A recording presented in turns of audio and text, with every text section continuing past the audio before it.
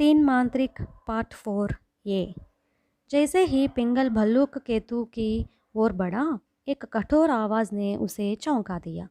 उसने पीछे मुड़कर देखा, वह पद्मपाद था। पद्मपाद को देखकर उसके हाथ का पत्थर फिसलकर सरोवर में गिर गया, जिससे बड़ी भयंकर आवाज आई। पद्मपाद ने उसी कठोरता से पूछा, जानते हो पिंगल, यह कौन है? पिंगल ने एक बार भल्लूक केतु की ओर नज़र दौड़ाई और फिर सिर झुका लिया। भल्लूक केतु ने शंका और भय की नज़र से पद्मपाद की ओर देखा। स्वामी, आप कौन है जिसने उस युवक को एक बड़े पुण्य कार्य से रोक दिया? पुण्य कार्य? पद्मपाद ठाठ कर हंस पड़ा। मैं जानता हूँ तुम कौन हो। तुम्हारी सारी कहानी मैं पहले ही जान चुका हूँ। भल्लूक केतु कुछ कहने ही वाला था कि पिंगल बीच में बोल पड़ा। इसका नाम भल्लूक केतु है। भल्लूक पर्वतों का कभी यह मालिक था। सुना है किसी मांत्रिक ने इसकी यह दुर्दशा की है। हाँ, यह बात सच है। पर जानते हो पिंगल, उस मांत्रिक का नाम क्या है? पद्मपाद ने पूछा। नहीं, पिंगल ने कहा। इस भल्लूक केतु को बंदी बनाकर इस शिला में बांधने वाला व्यक्ति महान मांत्रिक महामाय है। यह कहते हुए पद्मपाद ने भल्लूक केतु की ओर गहरी नज़र से देखा। यह सुनते ही भल्लूक केतु क्रोधित हो उठा। दांत पीसता हुआ बोला, तुम कौन हो और मेरे बारे में कैसे जानते हो? महामाय की जानकारी तुम्हें किसने दी? कहीं तुम कोई मांत्रिक तो नहीं हो? हाँ हाँ, मैं भी एक मांत्रिक हूँ। मेरा नाम पद्मनाद है। मैं जानता हूँ तुम बड़े बलवान और चालाक हो। तुम्हें बंदी बनाने वाले महामाय की समाधि पर अब मैं हमला करने जा रहा हूँ, पद्मपाद ने जवाब दिया। विश्वास नहीं होता कि आप सच कह रहे हैं। यदि यह सच है कि आप महामाय की समाधि पर हमला करने जा रहे हैं, तो आप ज़रूर कोई महामांत्रिक होंगे। मैं महामाय का जानी दुश्मन हूँ। मैं आपके इस काम में बहुत उपयोगी हो सकता हूँ। यदि इस बंधन से मुझे स्वतंत्र कर दीजिए तो आपका आजीवन दास बना रहूँगा, भल्लूक केतु ने अनुरोध करते हुए कहा। चल, कपट से भरी इन बातों में आने वाला मूर्ख मैं नहीं हूँ। पद्मपाद की आवाज़ में दृढ़ता थी। पिंगल तभी फिर बीच में बोल पड़ा। मैं समझता हूँ कि हमें इसकी रक्षा करनी चाहिए।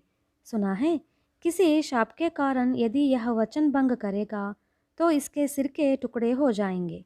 जब तक महामाया की मंत्रशक्तियाँ हमारे अधीन नहीं आ जाती, तब तक भल्लूक केतु को मुक्त करना खतरनाक होगा।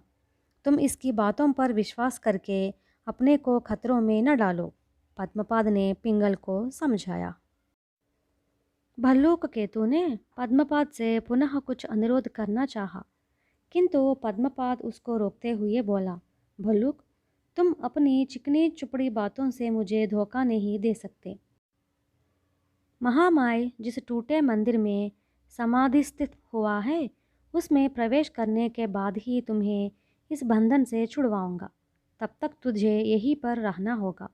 यूँ कहकर पद्मपाद वापस जाने के लिए पीछे मुड़ पड़ा। पिंगल ने उसका अनुसरण किया। इसके बाद वे दोनों जंगल से बाहर आए। वहाँ उनके वाहन गधे नहीं थे। पिंगल ने पद्मपाद से पूछा, हमारे पिशाच वाहन कहाँ है? ये इसी मैदान में चल रहे थे। अरे यार, ये सचमुच के गधे तो नहीं है जो घास से पेट भर लेंगे। वे अपने शिकार की टोह में गए हैं। लेकिन हम लोगों की पेट पूजा का क्या होगा? यह कहते हुए पद्मपाद मैदान की हरी मखमली घास पर लुढ़क गया। पिंगल उसके पास ही बैठते हुए बोला, हाँ हाँ पद्मपाद, मेरे पेट में भी चूहे कूद रहे हैं। हम लोग अपने साथ खाना लाना तो भूल ही गए। पद्मपाद को पिंगल की हालत पर तरस आ गया। हल्का सा मुस्कुराकर एक थैली की ओर संकेत करता हुआ बोला, अच्छा ला, वह थैली इधर बढ़ा। पिंगल ने उस थैली में हाथ डालकर टटोला, किंतु कुछ न पाकर निराश हो गया। पद्मपाद ने तब उस थैली को अपने हाथ में लेकर पूछा, पिंगल, तुम्हें किस प्रकार का भोजन पसंद है?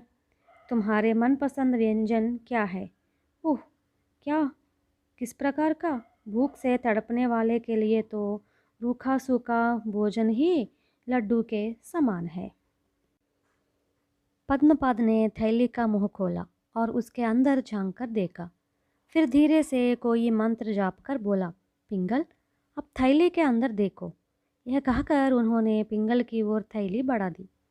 पिंगल ने बड़ी उत्सुकता से थैली के अंदर हाथ डाला। उसका हाथ चांदी के एक गर्म बर्तन से छू गया। उसमें ताज़ा गरम गरम खाना पड़ा था। उसने बड़े आश्चर्य से पद्मपाद की ओर देखा। पद्मपाद मुस्कुराता हुआ बोला, इस बर्तन में तुम्हारे लिए तरह तरह के व्यंजन और मिष्ठान पड़े हैं। जल्दी से इन्हें बाहर निकालो और पेट पूजा शुरू करो। पिंगल ने उस पात्र से लगभग 25 प्रकार की सब्जियां तथा कई तरह के पकवान निकाले और दोनों ने संतुष्ट होकर खाना खाया। झाँक खाना खाने के बाद पिंगल को बहुत ज़ोर से प्यास लगी। तभी पास में से एक सुंदर झरना दिखाई दिया। वह प्यास बुझाने के लिए झरने का पानी पीने ही जा रहा था कि पद्मपाद ने उसे रोक दिया। यह जादू का पानी है, इसे पीते ही बेहोश हो जाओगे। तुम्हारे लिए मधुर और सुगंधित जल देखो, इस थैली में रखा है। पद्मपाद ने पिंगल को चेतावनी देते हुए उसे झरने पर से वापस बुला लिया। उसे यह देखकर बहुत आश्चर्य हुआ कि उसी थैली में एक अन्य पात्र में बहुत मीठा जल भी पड़ा हुआ था। वह यह देखकर और भी चकित रह गया कि जहाँ वह अभी अभी पानी पीने गया था वहाँ कोई झरना नहीं था। पानी पीने के बाद उसे आराम की इच्छा होने लगी। उसके मन की बात ताड़कर पद्मपाद ने एक वृक्ष के नीचे मंत्र से उसके लिए बिस्तर तैयार कर दिया। पिंगल खाना खाकर उस बिस्तर पर नींद में सो गया। थोड़ी देर तक विश्राम करके फिर यात्रा के लिए तैयार हो गए।